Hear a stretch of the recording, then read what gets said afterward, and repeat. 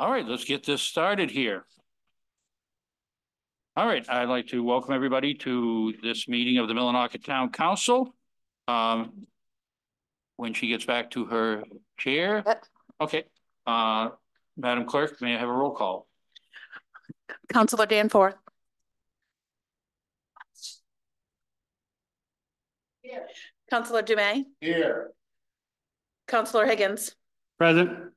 Councilor Mackin. Excused. Chair Madore. Here. Councilor McGowan. Here.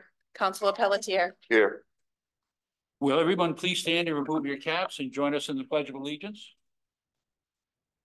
I pledge allegiance to the flag of the United States of America and to the republic for which it stands, one nation, under God, indivisible, with liberty and justice for all.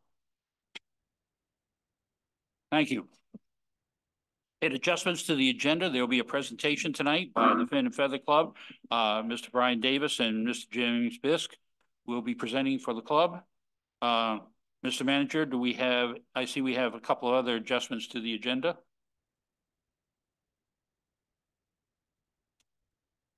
Or updates, shall I say? Yes, sir. We have a couple of executive session minutes. Orders 49, 2024 and 50, 2024. Thank you.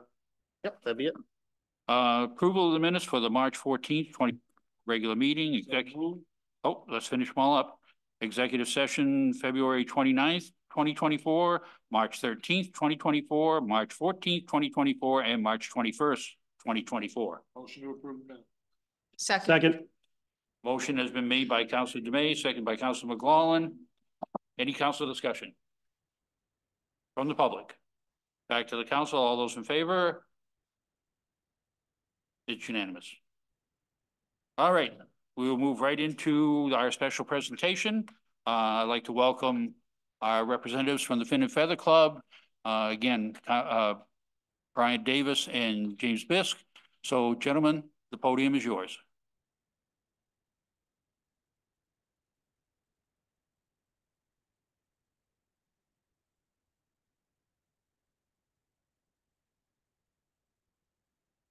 He's got a big mouth. How did you get that in a minute?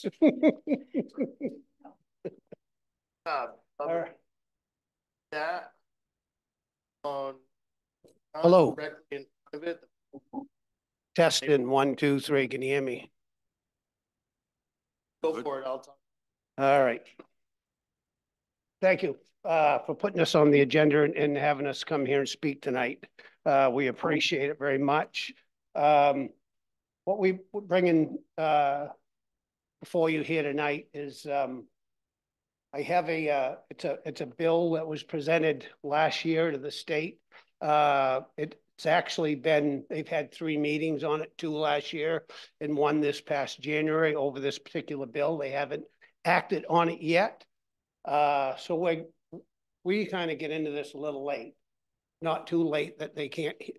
We sent letters to all our representatives, senators and representatives, as well as 1 to the governor, to actually defeat this bill.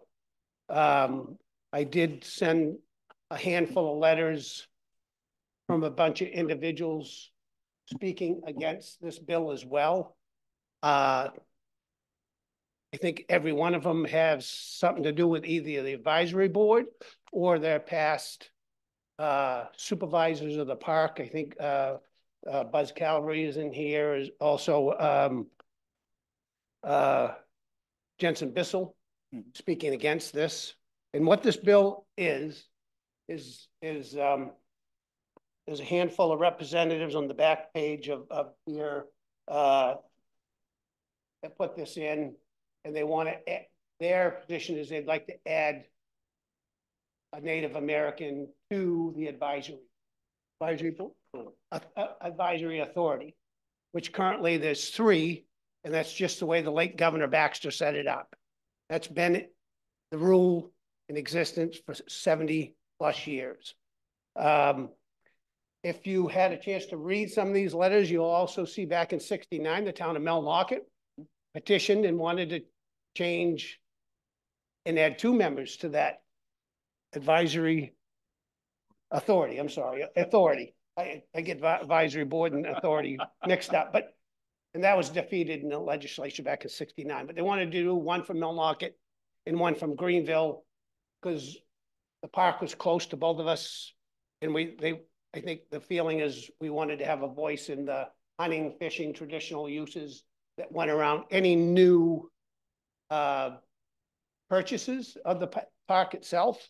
And since 69, I think there's been 3 purchases, 2 in around the Toad Pond area and the Katahdin area. I think the 2 in around Toad Pond allow traditional uses, and Katahdin Lake parcel, not so. But anyways, we're here. We'd like to have the town draft a letter supporting, I'm not looking for it tonight, but at least get a chance to look at it and say, you know, this is our neighbor. They've been good to us. When the mill went down, they hired a tremendous amount of laid off workers, supported our community by doing that. And I'm quite sure that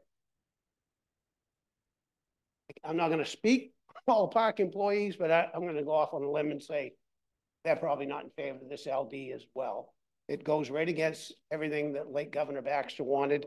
I do have a map in here of how he configured the park in 26 different parcels to make it hard for it to get moved to some other entity. Because I think in his life, there was a move to have that turned into a national park versus a state park. And he was adamant, didn't want any federal control. But anyways, I'm getting off on a tangent, but we'd like to see the council support our position on this, that they not add or tinker with, doesn't matter who, it just not tinker with what the late Governor had put down in his deeds of trust. Excuse me. So I've kind of given a synopsis of what's taken place here. Do you guys have any questions for either Jim or I? I think I've pretty much covered it. What I haven't covered, I think these letters from the individuals, and these aren't everyone that spoke against that position. There were a lot in favor of it as well. But most of these are either advisory, previous park employees. So I printed them off just because they had a lot to do with the park. Right. And so with that said, yep, head Jim. I'll just quickly add something to that. I think we can all agree that Baxter Park is a huge part of our surrounding area, the importance of it. I mean, it's been part of our backyard for a long time. And what makes it really important is that it's a state park, which belongs to us. You know, Baxter left it to the people of Maine. That's very important. It's managed by the people of Maine. We like keep it that way. And what would happen if one of these tribal members got on the authority is that it would null and void the deeds of trust. And under the provisions, it would revert back to the family. Now, the family, Baxter didn't want the family on the authority. He didn't want any family members involved in it. And I don't think that they wanted to be involved in it. So what would happen? It would revert back to the family. What would the family do with it? I think that's what the tribal members are counting on. One way to circumvent this and get the park back, because of course, they'd like to have the park themselves. They'd like to have Baxter State Park. I think that's one of what they're trying to do. So you know, it's a big issue. We can't allow this to happen. And I'm surprised a bill was even introduced to do this. I mean, this is, you know, there's a couple of threats to Baxter. We have the federal government next door to them, and that's a huge threat. I mean, and I just want to read what the National Park Service, what I had here. The National Park Service has been knocking on Baxter's doors. The threat is not only for the surrounding land, but Baxter itself. As a report from the National Parks and Conservation Association, an arm of the National Park Service, with pressure groups from all these different environmental groups. What they'd like to do with inclusion of Baxter in the national park system. So they'd like to have Baxter in the national park system. So, you know, they're being threatened from two different angles here, from the tribal members and now from this national park. So, you know, like to hopefully we send our letter like Brian said, and we'd like to see that the council take a position and send letters to our representatives also. Thank you. If I could, if the town were to draft a letter, when would you need it? There hasn't been a set date. We've been trying to find that out through representatives, so I would say ASAP, as soon as you can, but okay. I don't have a date. We've been trying to get one, when I tried to get on the last meeting's agenda, and to see what our time frame was, there wasn't any date set. So I think there's still a lot of research going on the state's end. But again, I wish I had that information for you, Mike, but Mr. Chairman, but I don't. So I just didn't know, because I know it has been delayed for you to be able to make the presentation tonight. I just want to make sure that it's not so time sensitive because it got bumped back, that this is going to be something that would be a situation where it'd be putting you guys under the gun to get the letter if the council so decides to draft We can one. find out through our representative. We're in contact with her all the time, and she's good about getting back to us. We'll find out as soon as she knows something. We'll let you know. yeah, right now we don't have a firm date on that, but they've been kicking it around for over a year now. That started, I think, the first January of 2020. So I'll move it to council members. Anyone who has questions or statement for the Fin and Feather, Councillor Dumais. Thank you, gentlemen, for tonight. Been in the loop of this for a little while, so I completely agree with you. I think, Mr. Chairman, that it would be in the best interest of the organizations, surrounding area, the citizens of Millinocket, and the interests of this council to direct the manager by order of an action of order for next council session. Give them a couple of weeks to draft up a letter and go further into it. Thank you. Any other councillors want to address this? Councillor Danforth? Thank you, Mr. Chairman. I agree with Councilor Dumais. And I also, Mr. Davis, I think I heard you say, basically, we don't want to tinker with Governor Baxter's deed of trust. I agree with that as well. So you have my support at this time. may I? Yeah, it has, I want to put it out there. It has nothing to do about the tribe. This is, we tried to keep all of that verbiage right out of what we want to say, because we don't want it to make it that. It's just about opening up the deeds of trust, which I'd say a can of worms, and it's just going to snowball down the road. Once I believe once the state opens that up for the first time, it's just going to make it easier for the next time, the next time, next time. So if we take a foothold right now and just say, hey, it's been working for 70 years, 70 plus years. Why don't we keep it? Like this is, you had a good plan. Let's keep it at that. So I understand. And Councillor McGowan. I just want to say that I support you as well. I've read through, the manager did email us this material a few weeks ago, so I had a chance to read through it all. And I definitely agree with you. We do not want to go against Governor Baxter's wishes. That's his wishes, and who are we to mess with that? So I support you, and I agree with Councillor Dumais that we should do that ASAP. there's already Well, go ahead. step for them. If anybody wants to be on that board, what is it? Commission. The authority. Authority. All they have to do is be elected governor, or go to school to be a forester, become the head of the forestry commission, or the warden. So there's an avenue there. Right. You just have to pursue it. Councillor Higgins. I agree with the rest of the council here, and I am in support of it as well. Thank you. I believe Councillor Pelletier. Yes, in my reading of this, I totally support not changing the deed that's been given to the people of Maine. But I was curious about how you're doing covering other towns. We live here in Millmarket, so we wanted to start here, even though the Fin and Feather Club of Maine is spread out right out through the state of Maine. We have members through all communities, but we wanted to start here. We're the neighbor to the park. So going forward, we're gonna, yes, we are. Thank you. Well, it's, Mr. Manager. Given that feedback I'm hearing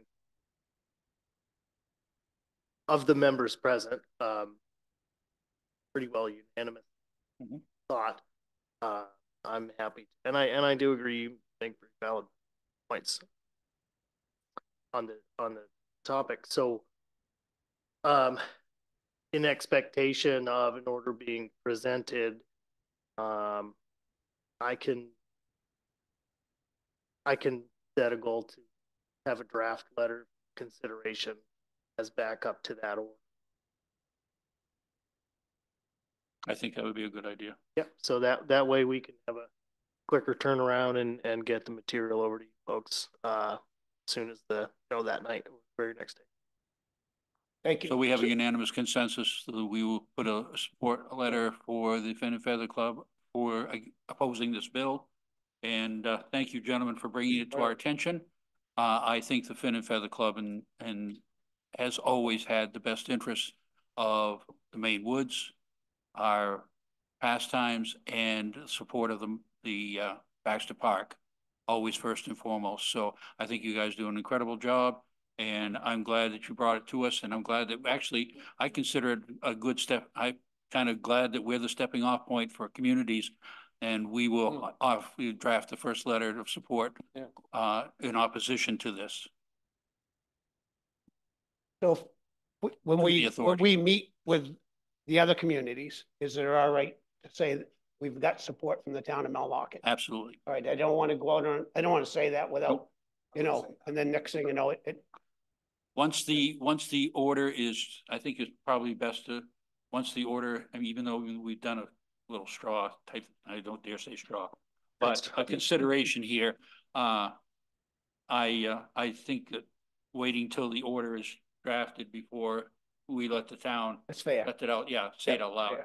I think I'm sorry. Okay, go ahead. Go ahead. Can I butt in? I mean, it's a public meeting and it's recorded, and all councilors present have expressed support of the bill.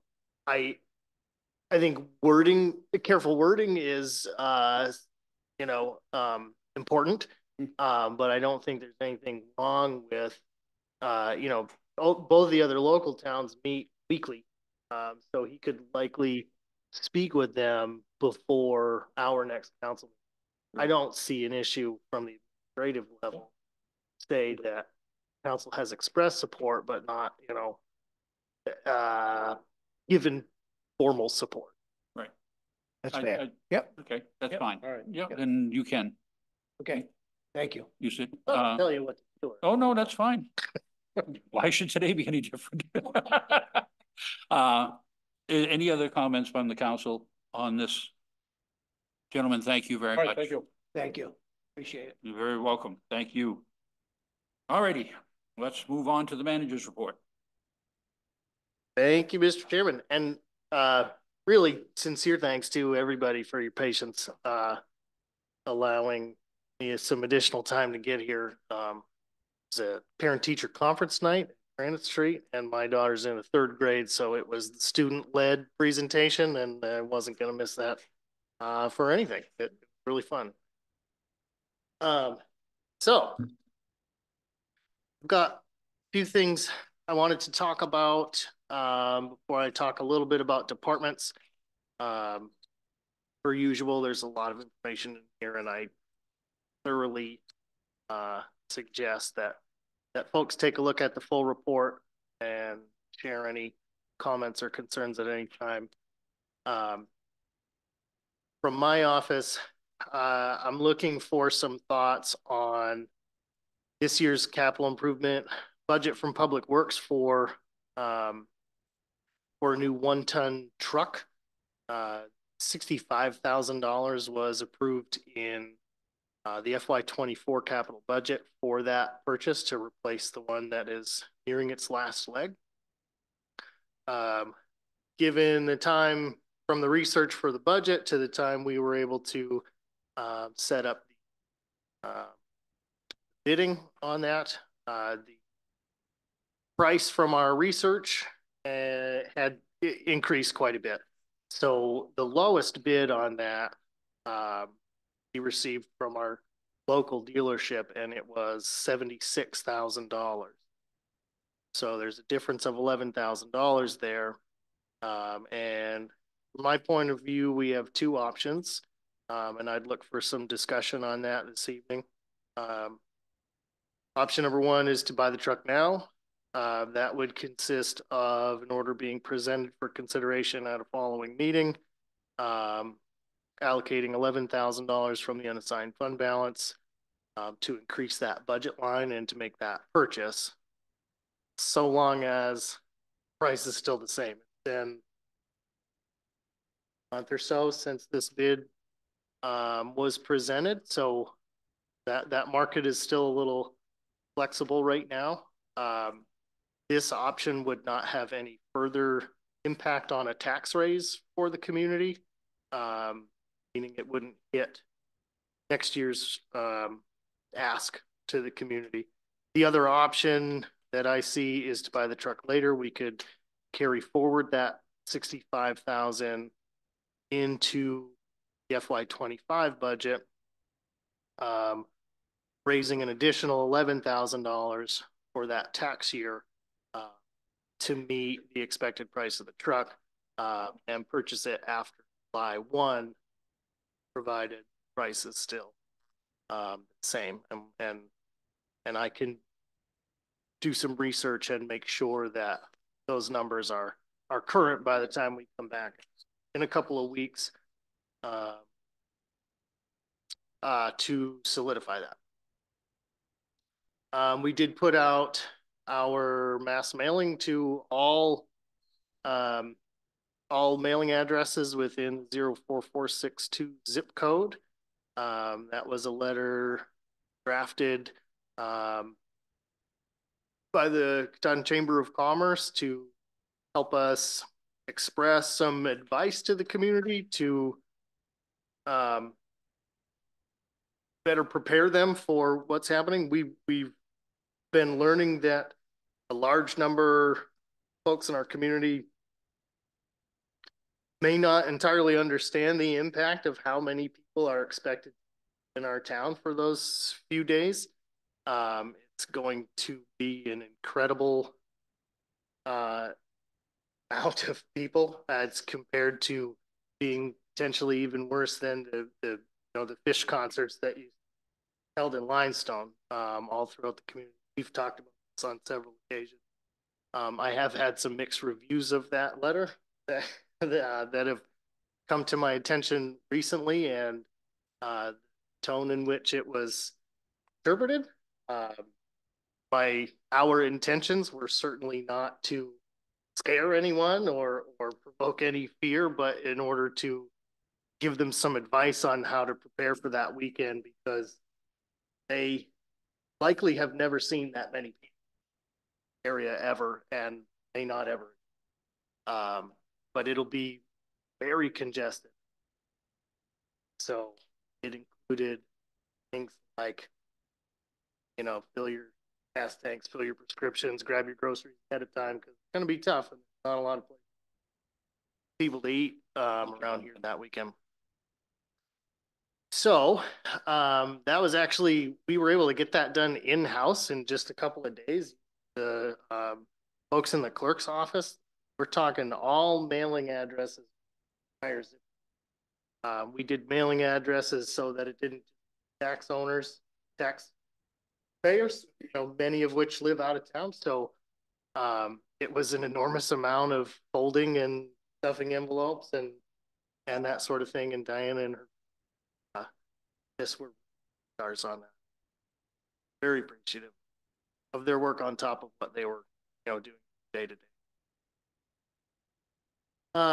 Last thing from my office, we were grateful enough to be asked to host 2-day session here recently with the Institute of Civic Leadership. Our community initiatives director and our town clerk are currently enrolled in that class and participating in that cohort. Myself, Councilor Danforth, and several others from the region are alum from that program. So just a couple of weeks ago, leaders from all over the state were able to come to Millinocket to experience a changing town on the rise. They were able to meet and hear from Deb Roundtree at the Higher Ed Center. She's a fellow alum as well. About all the exciting progress there with the expansion for childcare and all the great programming they are beginning to offer on top. They were introduced to Tom Schaefer and heard the story about Maine Heritage Timber and got to tour that facility. Heard from Wabanaki Public Health and Wellness, and visited the airport to learn about our expansion plans there and hear from Jeff Campbell, who gave a great presentation to him. They were able to hear from Jess Massey as well about work of Ar Katahdin, and I was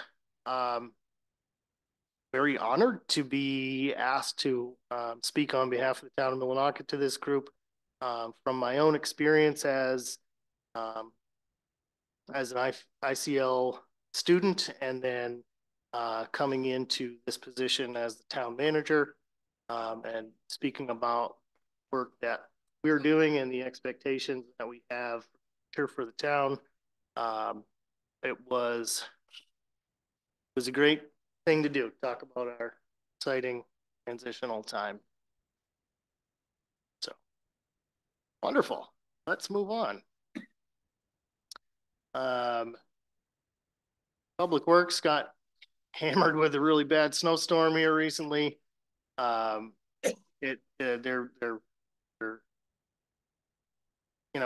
small crew and they're still cleaning up some of that storm. And I hear we might have another one coming right behind it here pretty quick. Not an exciting thing to hear about this time of year, but it's also not that unheard of.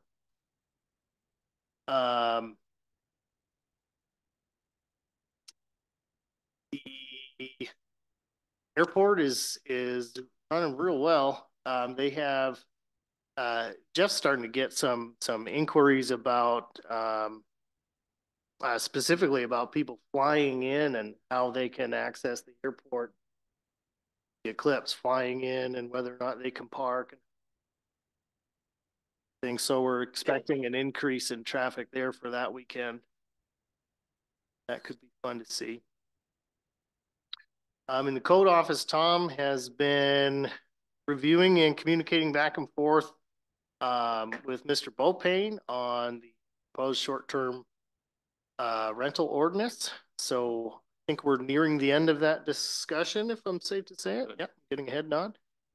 So that should be coming to the council in the very near future. It's only been, what, 5 years since the beginning of that discussion.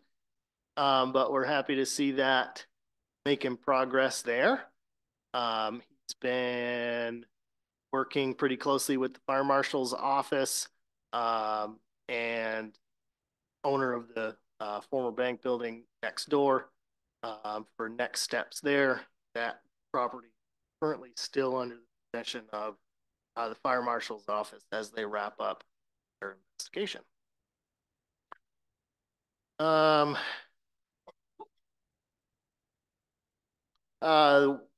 In wastewater, we had the pre-bid for the main pump station upgrade, the pre-bid meeting with potential contractors last week.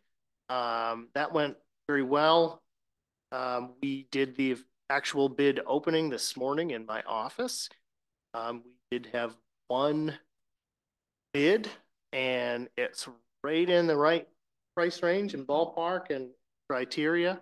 So we were very happy that the one we received was looking real nice.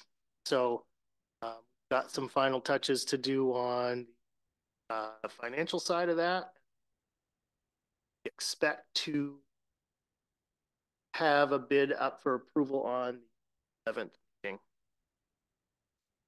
So looking forward to get that started. If we're able to get that bid awarded, get everything going real soon, they are expecting to be able to do that work over the late fall and winter and have it up and running shortly after. After what you know about the last storm and the nervousness that occurred when the power went out and the generator didn't work, we're very much looking forward to that upgrade. I'm happy to say that all of that infrastructure over there is up. We're able to replace that starter and the generator quickly, and minus one little piece that needs to still be worked on. Everything over there is up and running well. Avoided an overflow over there in the nick of time. Community Initiatives Director, lots going on there. She was hoping to join us this evening, or I was hoping she was able to join us this evening, and she was actually at a conference in Augusta, and it was about grant funding and efficiency projects and renewable energy. So she was actually invited to present at that conference. She was there representing the town and as a presenter for successful grant writing and projects. I actually got some pictures. Nice to see. Big news from her office, the congressionally directed spending application that she partnered with Efficiency Maine on was funded. That will allocate $250,000 to the town of Millinocket for energy audits and improvements in efficiency to our buildings. So we'll be able to make some upgrades to our facilities and alleviate some future costs when it comes to electricity and. Mr. Manager, just to make sure that obviously it was a typo or everything, the award was $250,000. Oh, yes. Did I? In our manager's report, it's $250. That's a big difference. Yes, it was $250,000. Okay. That's it. Much more impactful than a couple $100 bucks. Yeah. Thank you for pointing that out. I generally would have put a K after. Yes, that's $250,000. Diana's crew does an incredible job. There's some boards and committees that have seats available. Certainly hope to see some applicants for those. Personnel Appeals Board, the Board of Appeals, Recreation Advisory Committee, all have seats available on them. And Fire is a great report there. Lots of good stuff happening. And the Millinocket Memorial Library monthly report is attached. I'm happy to talk about anything further, answer any questions about anything else there. All right. Council comments on the manager's report, Councilor Pelletier. Yes, thank you for a concise and comprehensive report this month. And to answer your query, I vote for I'm in. Don't vote for it. Yeah, I'm in. Yeah, I support the replacement of the truck this year. Thank you. Okay, looking for other council comments, Councilor Danforth. Thank you, Mr. Chairman. I too support Buy the Truck Now this fiscal year.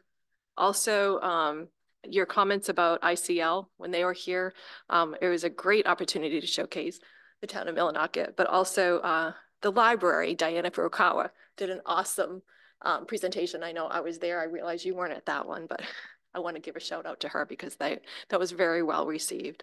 And she is an alum as well, another proud alum from Millinocket. One other thing I just wanted to ask, I noticed on just the town clerk, maybe I could just ask her, I talked where it mentions the amount of real estate past due. Is that typical for this time of year? It's about average. I know I always ask that and I'm just sort of surprised, but okay, thank you.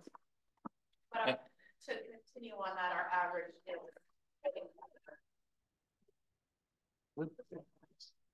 thank you. Thank you. Anybody else here with the manager's report? Councilor Dumeay? Thank you, Mr. Chairman. In regards to the Public Works 1-ton bid, I asked the chairman what the unassigned fund balance was, approximately 4.2 million. In that ballpark. Yeah, we're waiting for final numbers from the audit. That should be here in the next 2 weeks or so. But our calculations and their calculations match up right around 4.1. Thank you. That being said, I don't see any reason to wait on that. If that's something that Public Works Department needs now, I say probably get it now. Mm-hmm. I do have a few items. I don't see the fire chief, so I'll just directly ask the manager.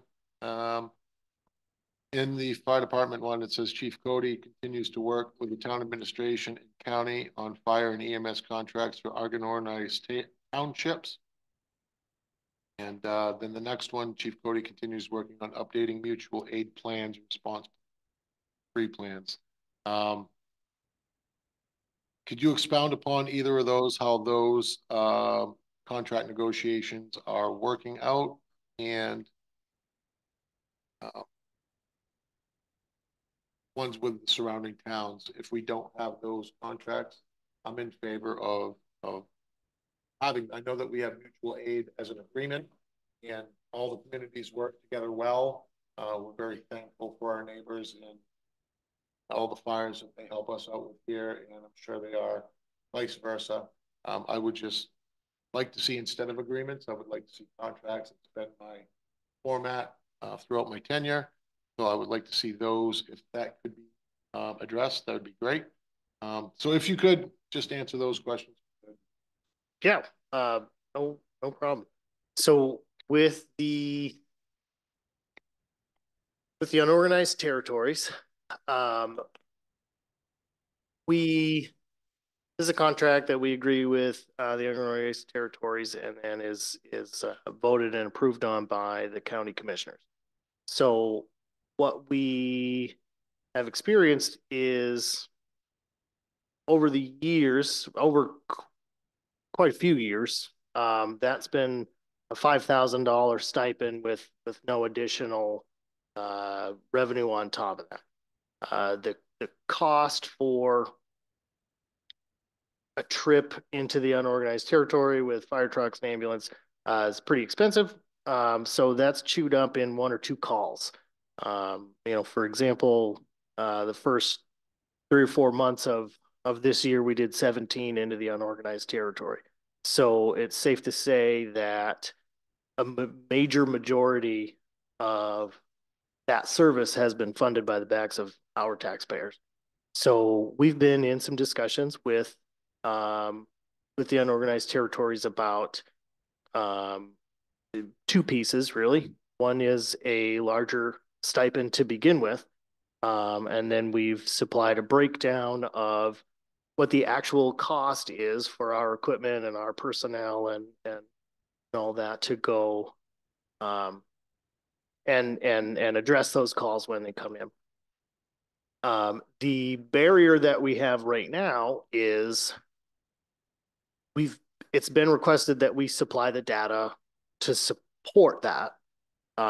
And up until Chief Cody became the fire chief, we didn't do electronic reports. So that's a pretty new thing to the town of Millinocket.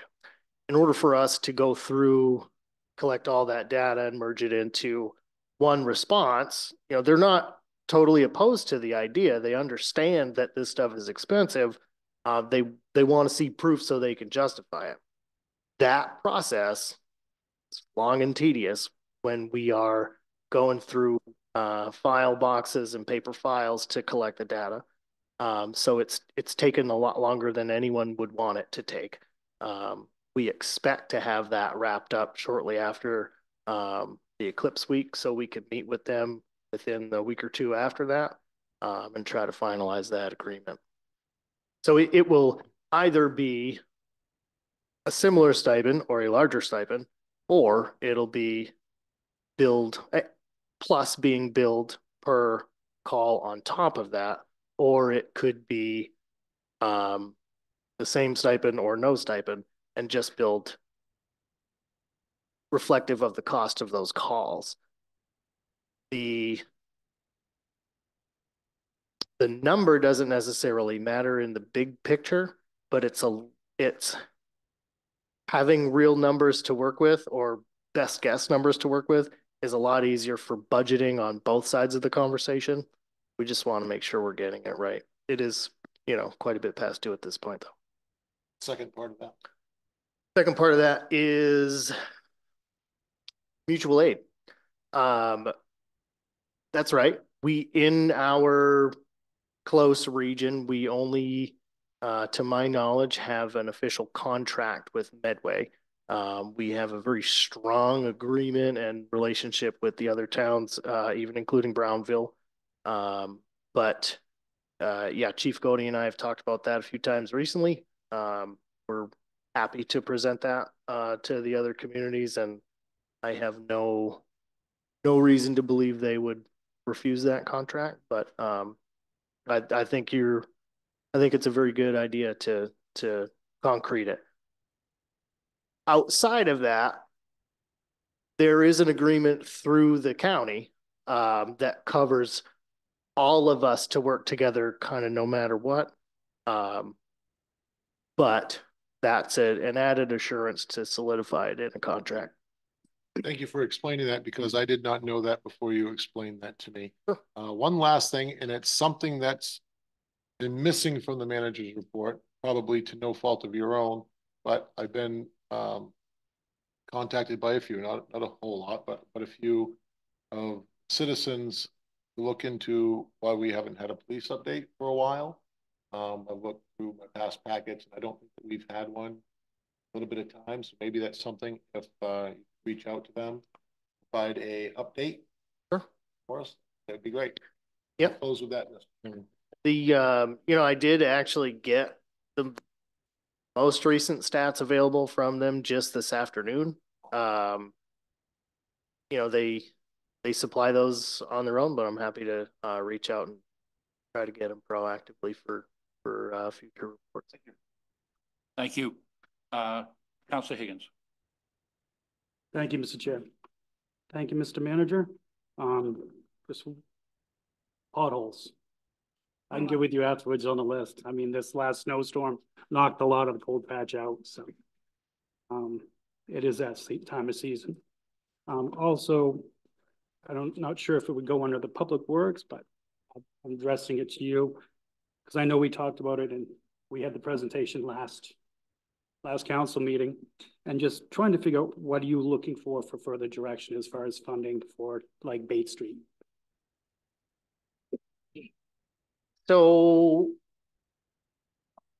well, we heard from Oliver and Associates at our last meeting about the cost and how much higher that is than the funding that the state is offering for us to complete that project. So I am awaiting some more information from the DOT about a village partnership initiative opportunity for funding, and weighing whether or not that could or should be allocated to either the Bate Street project or potentially funding the reconstruction of our downtown sidewalks and all that. So the amount of funding that we would be required to, you know, probably bond on that is still unknown. But I'm happy to keep working with the DOT to figure that out. But if there's, and I wouldn't go after any sort of bond unless I presented a final number to apply for first. So I guess we're kind of in a holding cell with that right now. Thank you. Yeah, because, That- go ahead. Does that answer your, I mean, it's a whole lot of nothing. I understand that, but does it? I know there's a lot of what ifs out there, but we've got several central points here, arteries to the community that need a lot of work. We got Bate Street. I mean, we've ran into that all through the winter. I mean, the flooding, and that's been that way for years. I mean, people have had to go all the way out and around the Golden Road to get around there, and that's a private road, and that road is getting more and more damaged. And it's beating people's vehicles up, of course, but that's the one through access that we have up through there. And then you're right, Penobscot Ave. I mean, that's the heart of the community. We want people to see something nice. So I think we need to pay some attention to our infrastructure. And we need to look at that during the budget season. I mean, that's something that everybody in the town needs. And then just got to pay attention to it. Thank you. If I could, I will remind that I broached the subject of flooding out on Bay Street, and Oliver and Associates said that what was going to be done out there would not take care, because of the floodplain, would not take care of that flood. So even if we do that whole artery to the end of town, we still will have the occasional, unfortunately, flooding, which we will have damage done, I would assume, much in the same way we are having it done now, but it'll be damage starting from, ground zero once we get everything done. But this Bay Street project will not take, because they were very explicit of saying, will not take care of that flooding. Maybe we could build some sort of dike on either side of the road, right? Barricade the water back. Some kind of salmon run. Sandbags. I mean, there might be a solution. No, this fix won't entirely fix it. It will likely make it better. It will still flood sometimes. But maybe there are some other creative things we can do to alleviate some of that one. But brook on either side of that, and the alterations to the land that have been done on the flooding, that nearly impossible. Councilor Higgins, do you have an opinion on the first thing in the manager's report, which was the 1 ton? Yes, I say go for it now. Thank you. Councilor Pelletier. On the issue of flooding of Bates, you recall, you remember back in the 80s, there was a solution that occurred there, and we've gone decades and decades without any problem. And in the last 4 years, there was some lot development there, and some pools that would collect excess water were filled in. So there was a solution at one time. It's been done away with by past owners of that lot. One right at, right to going to the underpass, right to the left. Yeah, I only made it to 3 in the 80s. You and I are the only two, Councilor Pelletier, that are around that are old enough to remember. Maybe somebody dig up some old engineers and figure out what they did. Councilor McClellan, do you want to chime in here? Yeah, I just wanted to say one quick comment was, I'm sorry to hear that you got negative feedback about the letter that went out about the eclipse, because I received it and I read it, and I didn't find it scary. I found it informative, and I was thankful to get it. So anyway, sorry there was negative feedback. And as far as purchasing the truck, I say buy it now before prices go up again. Thank you. All right, that brings it back to me. And of course, I am going to go with option 1 as well, as far as purchasing the truck now. So that's a unanimous opinion. So Mr. Manager, if you could or would have an order ready for the next meeting on that. I want to go ahead and also say on the Eclipse mailing, I found nothing derogatory or offensive or accusatory or whatever for that. I will say though, something I would like to add, and only because it came up today that I saw it. We concentrated so much on people with the Eclipse. I saw a notice today of Pet Alert that they're asking people to take their animals in from 2 to 4 on the day of the eclipse, because a dog, or especially, will, once it starts to get dark or something like that, will look up into it, and it can damage a pet's eyes as easily as it can a human's eyes. So they are suggesting through veterinarians around the state of Maine to please take your dogs in from 2 to 4 on the day of the eclipse and have them inside with the curtains closed so that they have it doesn't disrupt their I have 2 dogs, and I certainly would not want to have anything. And that's the first thing they do is look up into the sun. And neither one of them is named Trump. So I would definitely want to go ahead and do that. I wanted to go ahead too and ask if the, where am I here? Oh, here we are. Okay. I would like to go ahead and take the opportunity to thank wastewater for the pump station and the emergency that they basically avoided by working so hard, and the crew that they had in there. And again, I don't think people realize in wastewater, we have some very impressive people out there who do an incredible job and are very well versed in mechanics. So I'd like to thank them. And I want to go ahead and mention too, with the treasurer's report, I asked the manager today, the reimbursements I understand are coming in for the effort. Yeah. Oh yeah, we've got, they've been able,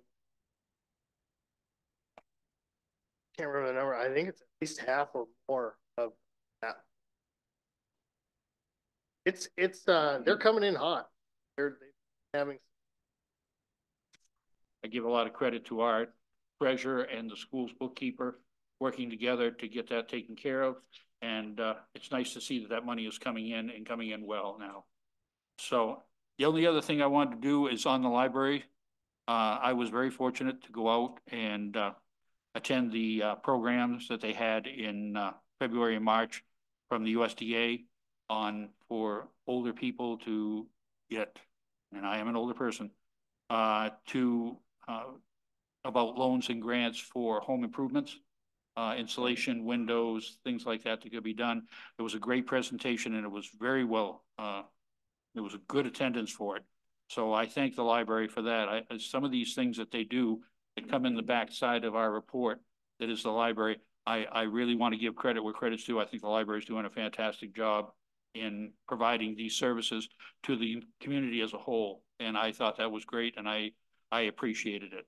And with that, I'll bump it back to you, Mr. Manager. Yeah, I just, you talked about the relationship with the school there and how nice the partnership is with the treasurer and bookkeeper. And it reminded me that our staff has been invited to participate in the upcoming career fair over there to talk about the great opportunities for employment with municipalities. So we'll be over there for the full day on April 2nd. Happy to represent the town and our jobs over there. And then just yesterday, I got an invitation to be a local celebrity judge for the dance-off in the Minuteman Cup. And I couldn't be more excited. So I'm really happy about the way things are going over there right now. That's glad for you. I really am. All right. Down to the public on the manager's report.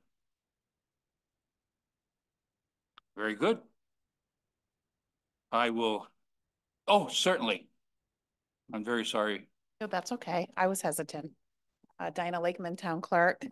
I just wanted to, on the manager's report, I noticed that Steve Sanders wasn't on there as well, and he really gave us a great tour. We loaded up on a bus and he gave a great tour of the administration building and mill site and where the salmon pools will possibly be, you know. We actually got to get out and they unlocked, we walked where the dry ponds are. I don't know exactly what they're called, lagoons. Amazing site, and it was really interesting to be hands-on and see that with his presentation. So that was very helpful in learning, and I didn't want him to be left out in that acknowledgement. Good. Go ahead, Councilor Danforth. So, thank you, Mr. Chairman. In addition to that, Diana, I want to mention Michelle McGinnis. She was instrumental in making all that happen with Architect and pulling that together. And bingo night that I know, yeah, that you all attended. That was great that night. So it was, yeah, it was. Oh goodness, it was a great opportunity and to showcase the town and all the fun stuff that happens there. Thank you. Excellent. All right, Councilor Dumeay. Just one. You knew this had to come because I've been waiting for my tour I on know. the site for I almost know. 2 years now. And I would have liked the opportunity to see before maybe September. See where I'd like to go see them.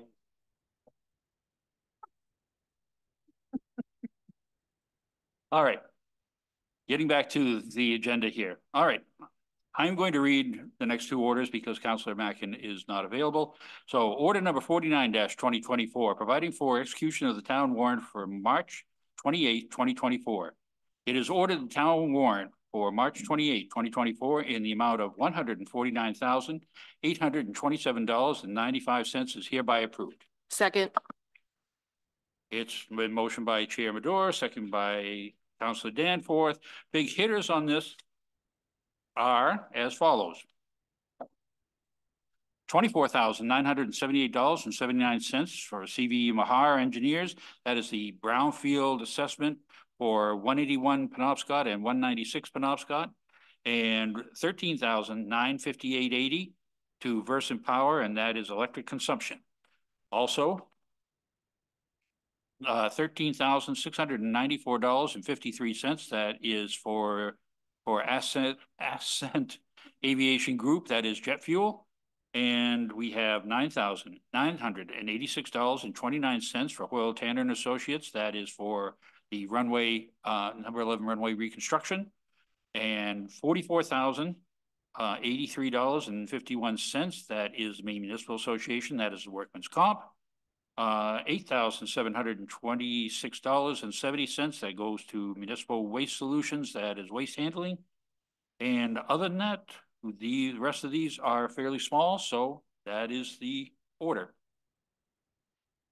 All right, any comment on the order? From the council, from the public? Oh, certainly, Councilor Pelletier. A couple of these smaller ones. Neola, Carol Neola. Which ones are you looking at? $2,800. By all means.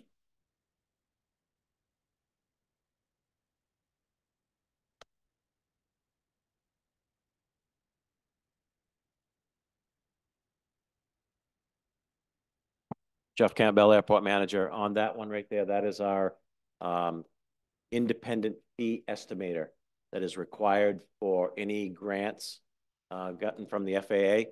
When the engineering firm does a fee estimate for the project, they have to have an independent fee estimate done to check their numbers to make sure that they both come within 10% so that nobody is charging more than they should. Good. She was already in the system and she's done it for us before. Thank you. Thank you. And the other one was Nicholas Willett for $4,500. Mr. Manager? With the vacancy in the public works mechanic position, Nick's been doing some of our work over at his garage across from the public works. Fine. Names I haven't seen around for a while. Okay. You all set, Councilor Pelletier? Thank you. To the public. Back to the council. All those in favor? It's unanimous. Order number 50-2024, providing for an execution of the wastewater warrant for March 28, 2024. It is ordered the wastewater warrant for March 28, 2024 in the amount of $13,458.19 is hereby approved. Motion made by Chairman Medora, seconded by Councilor DeMay. And on this one, we have only a couple things that stand out. $2,320.19. That's Maine Municipal Association. That is the workman's comp for the wastewater. And $9,053.11. That is Versant Power, and that is power consumption. Any council comment on the order? To the public? Certainly.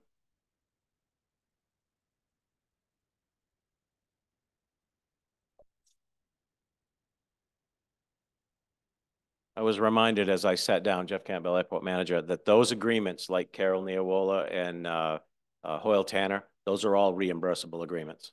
We're spending those out and we're going to get it back all but 5%. Thank you. Thank you. Nothing from the council, public, back to the council, all in favor? It's unanimous. Councilor Higgins, can I please get you to read order number 51-2024? Thank you, Mr. Chair. See, it's not just me. Order number 51-2024, providing for approval of an application for a vicular license for Big Daddy's Hot Box MFT. It is ordered that the attached application for a vicular license is hereby approved for Ike Contino, 226 Kendall Corner Road, Waldo, Maine, doing business as Big Daddy's Hot Box mobile food truck. Second. Motion made by Councilor Higgins, seconded by Councilor DeMay. Councilor discussion on the order. Councilor DeMay. I'm in favor of any of these words and any of these combinations all together. Big Daddy's Hot Box food truck. It's a go. Thank you for sharing. Any other council comment? Down to the public. Back to the council. All those in favor? It's unanimous. Councilor Pelletier, can I please get you to read order 52-2024? Order 52-2024, providing for approval of an application for a victualer's license for Joe's Chuck Wagon MFT. It is ordered that the attached application for a victualer's license is hereby approved for Joseph W. Larson, 2 Nokomis Street, apartment 213, Old Town, Maine, doing business as Joe's Chuck Wagon mobile food truck. Second. Motion made by Councilor Pelletier, second by Councilor Higgins. Any council discussion on the order? From the public. Back to the council. All those in favor? It's unanimous. Councilor Danforth, can I please get you to read order 53-2024? Yes, order number 53-2024, providing for approval of an application for a victualler license for Yum Bake Shop. It is ordered that the attached application for a victualler license is hereby approved for Maria Rowe, 68 Congress Street, Millinocket, doing business as Yum Bake Shop, 215 Penobscot Avenue, Millinocket. Motion made by Councilor Danforth, second by Councilor DeMay. Councilor discussion on the order. Councilor DeMay. I am extreme favor of Yum Bake Shop. So I've gained at least 15 pounds of the 20 that I've lost. Thank you, Maria and John. I'm in favor. That's a little bit more information than I needed, but I'm glad. Anybody else from the council? Now to the public. Back to the council. All those in favor?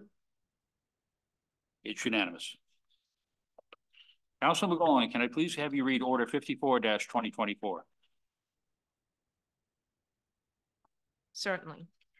Order number 54-2024, providing for approval of permanent community initiatives director position.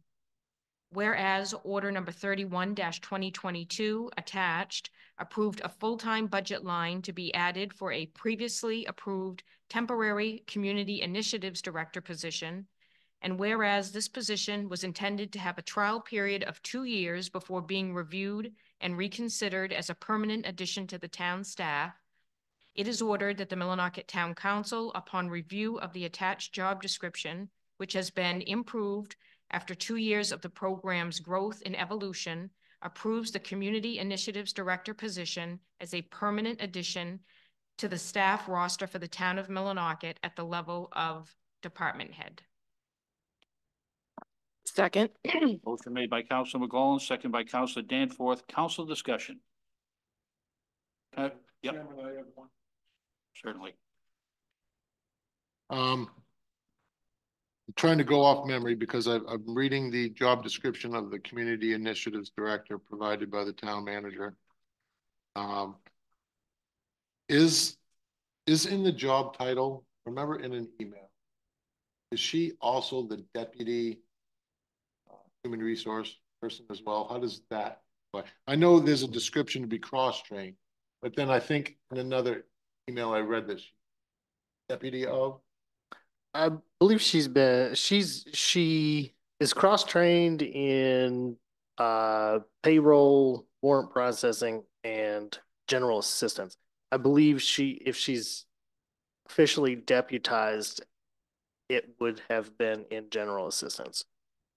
Am I correct in that, Diana? I'm not sure if you need to be deputized for general assistance. I think you just need to be trained. Yeah.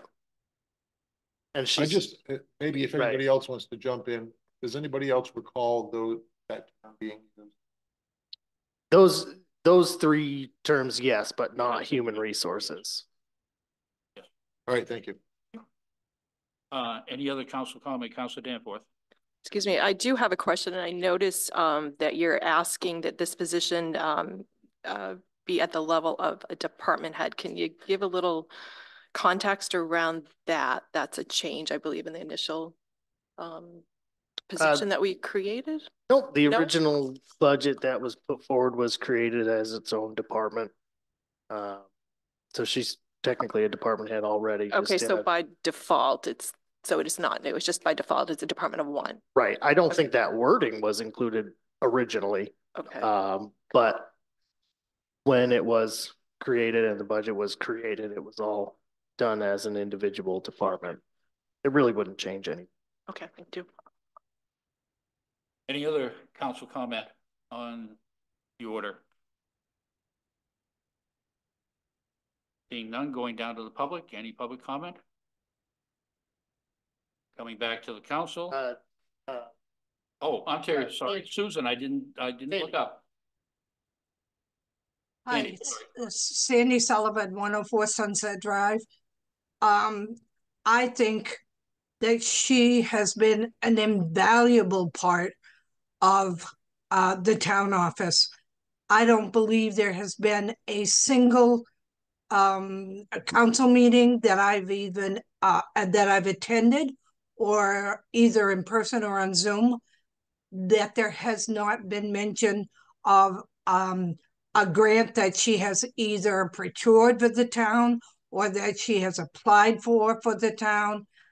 I don't think the residents of the town of Millinocket realize how much this town is being supported by grants, and she is a big part of that.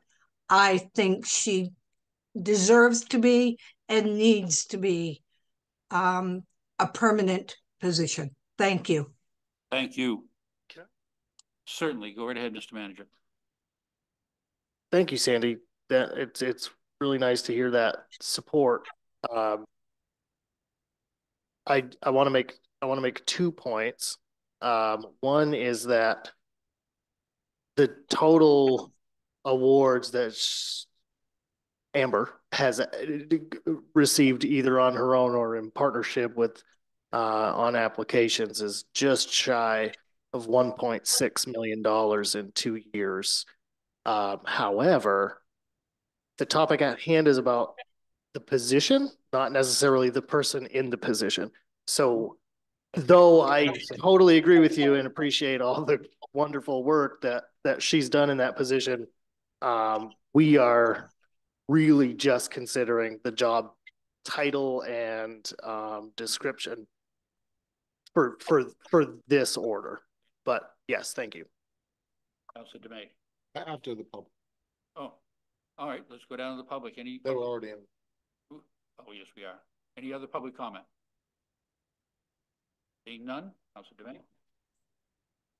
Also, thank you, Sandy, for that for that support as well. And thank you, Mr. Manager, for the words you said. Those probably just made my decision for me. Previous discussion before the meeting. I had mixed emotions about this, and not because of I am a person that thinks that, how do I want to word this? That that municipalities isn't in the business of job creation, but in support of you, Mr. Manager, and in this position, it's a needed and benefit to you and your office, your administration. I was in favor of it being an extended 2 years or extended out to your contract. But since you worded it just the way you worded it, it is the position, not the person. I'll support the order because I believe that's how it should. Thank you. Any other council comment? Councilor Higgins. Mr. Manager, I want to say thank you for clarifying that as well. That made my decision. It's about the position. Very good. All right. Any other council discussion? All right, then. All those in favor of Order 54-2024? It is unanimous. All right, moving ahead. Reports and communications. Warrant Committee for April 11th, 2024 will be Councilor McGowan and Councilor Pelletier. All set? Okay, thank you. Chair Committee's reports. Well, thank you, Mr. Chairman. I don't really have a report other than I know last time I mentioned that through the Age Friendly Committee, we were working on and had talked about the upcoming farmers and artisan market that we're going to continue again this year. We kicked off last year and we're hoping to continue and grow. And so we have like a revised application that's almost just about ready, considered final, that will be able to be posted and put out to the public and for participation. So stay tuned. Thank you. Thank you. Any other chair committee reports? Seeing none? All right, it's time for the 2-minute public comment. The public has, if anybody's interested to talk, the public has 2 minutes to address the council on any topic they want to talk about. Please address the council as a body and not as a single councilor. And Councilor, certainly Citizen DeMay, go right ahead. Thank you. 10 Somerset Street, Millinocket, Maine. I know we're coming up on budget season. So as a councilor last year, I suggested increasing the budget line by 100,000. Thankfully, the paving and roads, so we can do additional roads.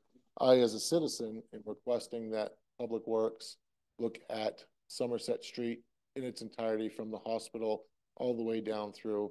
It is one of the worst residential streets that is up across the tracks. And I know sometimes it's hard to do everything all the time, but I'm putting my pitch in for Somerset Street. Thank you very much. Thank you. I'm sure our Public Works Director, when it comes time for budget time, will have his list of suggested roads to go ahead and refurbish as he rides around town and puts wear and tear on the truck trying to go ahead. But certainly, I have been very encouraged the last few budgets in the fact that we have gone from a budget line on paving from just barely over 200,000 to last year having $450,000 in that line. So I think the town is moving in the right direction, and I look forward to, when budget time comes around, having that discussion on the infrastructure again as well. Seeing nobody else, I entertain a motion to adjourn. So moved. Second. Motion made by Councilor DeMay, second by Councilor Danforth. Council discussion. Seeing none, all in favor? It's unanimous. Thank you all very much.